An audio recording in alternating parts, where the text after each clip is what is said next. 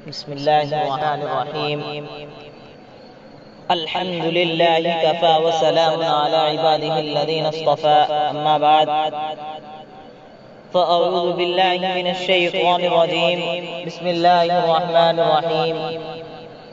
إنما يخشى الله من عباده العلماء إن الله عزيز غفور. صدق اللہ العظیم. محترم بزرگوں اور دوستو، آج میں آپ حضرات کے سامنے کچھ یوم جمہوریہ کے متعلق گفتگو کرنا چاہتا ہوں تاکہ آپ حضرات کے ذہن میں بھی یوم جمہوریہ کی کچھ واقفیت اور اس کے متعلق کچھ علم ہو جائے.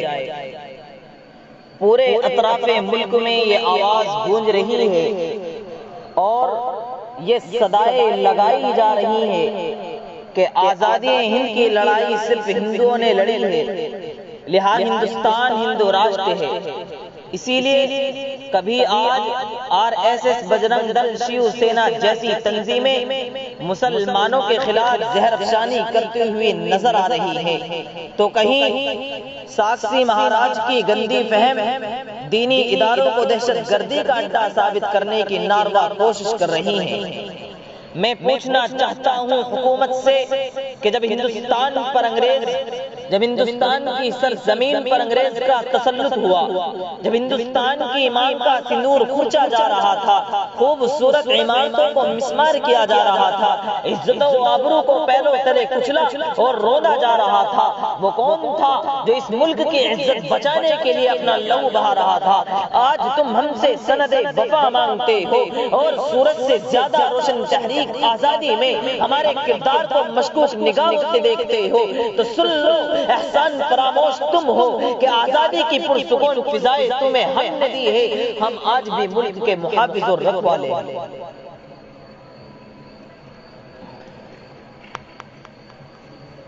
آؤ دیکھو اپنے ماضی کو. جب تم انگریز کے چنگل میں جکڑے ہوئے تھے، سانس لینے کی تم کو مہلت نہ تھی. اس ملک کی گود میں پرورش پانے والا کوئی مائی کا لال اتنی جرأت نہ کر سکتا تھا جو انگریز کی حکومت کو للکار سکے، جو اس دنیا کی سپر پاور طاقت کا مقابلہ کرنے کے لیے تیار ہو سکے. آؤ دیکھو ہمارے بے باکی کو دیکھو جس نے سب سے پہلے آواز اٹھائی تھی. وہ شیخ الانسان، خدائے طرز، انسانیت کا مسیحا، شاہ ولی اللہ محدث دہلوی کا فرزند شاہ عبدالعزیز تھا. شاہ عبدالعزیز کا فتویٰ کیا تھا؟ شاہ عبدالعزیز کا یہ فتویٰ فارسی زبان میں ہے، جس کا اردو زبان میں ترجمہ یوں کیا جاتا ہے: اس شہر میں امام المسلمین کا حکم بالکل جاری نہیں ہے اور عیسائی افسران کا آرڈر بلا روک ٹوک جاری ہے، اور احکام کفر جاری ہونے کا مطلب کیا ہے کہ ملک داری، رعایا کے انتظامات، اموال تجارت اور چوروں سے حفاظت کے انتظامات، نزاعت کے فیصلے اور جرائم کی سزاؤں کے مقدمات میں کافر ہی بطور حاکم مقرر کیے گئے ہیں. اسی وجہ سے وہ مسجدوں کو بے تکلف مسمار کر دیتے ہیں اور کوئی بھی مسلمان یا ذمہ ان کی اجازت اور امان کے بغیر اس شہر میں داخل نہیں ہو سکتا. اسی فتوے کے سہارے علماء ہند، خاص طور پر علماء دیوبند، اپنے سر سے کفن باندھ کر انگریز کی حکومت کو ختم کرنے کے لیے میدان میں نکل پڑے.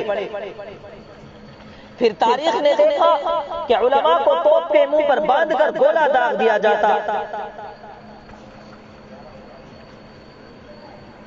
علماء کے جسموں کو تانبے سے داغا گیا، سوروں کی کھالوں میں بند کر کے جلتے ہوئے تنوروں میں ڈالا گیا. لمحات تاریخ نے یہ بھی دیکھا کہ علماء کو ہاتھیوں پر کھڑا کر کے درختوں سے باندھ کر ہاتھیوں کو چلا دیا گیا.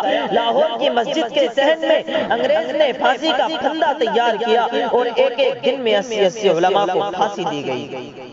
اور یہ بھی ہوا کہ علماء کرام کو بوریوں میں بند کر کے دریاؤں میں ڈال دیا گیا، اوپر سے بوریوں کا نشانہ بنایا گیا علماء کو دہکتے ہوئے انگاروں پر لٹایا گیا اور ان کو بھون دیا گیا اور یوں کہہ دیا گیا کہ اے مولویوں تم صرف اتنا کہہ دو کہ ہم سن 1857 کی جنگ آزادی میں شریک نہیں تھے، ابھی چھوڑ دیا جائے گا۔ لیکن رب کی قسم سارے علماء آگ میں پک گئے، لیکن ایک نے بھی انگریز کی حکومت کے سامنے گردن نہ جھکائی۔ خدا کی قسم اگر ہمارے علماء کو یہ معلوم ہوتا کہ آج ہمارے کردار کو مشکوک نگاہوں سے دیکھا جائے گا تو اللہ کی قسم کوئی علماء یا کوئی عالم اس جنگ آزادی میں اپنا حصہ نہ لیتا۔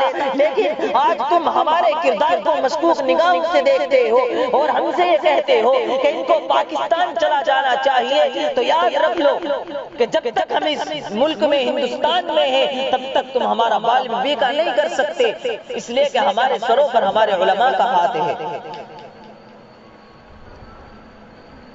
اگر تم اس کو آزادی کہتے ہو تو یہ آزادی ہمیں قبول نہیں ہے، ہمیں آزادی چاہیے تو صحابہ کے نظام کی آزادی چاہیے، اگر ہمیں آزادی چاہیے تو احکام الہی پر عمل کرنے کی آزادی چاہیے، اگر ہمیں آزادی چاہیے تو سنت نبوی پر عمل کرنے کی آزادی چاہیے۔ ہمیں ایسی آزادی آپ کی منظور نہیں ہے کہ جس میں ہمیں احکام الہی پر عمل کرنے سے روکا جائے۔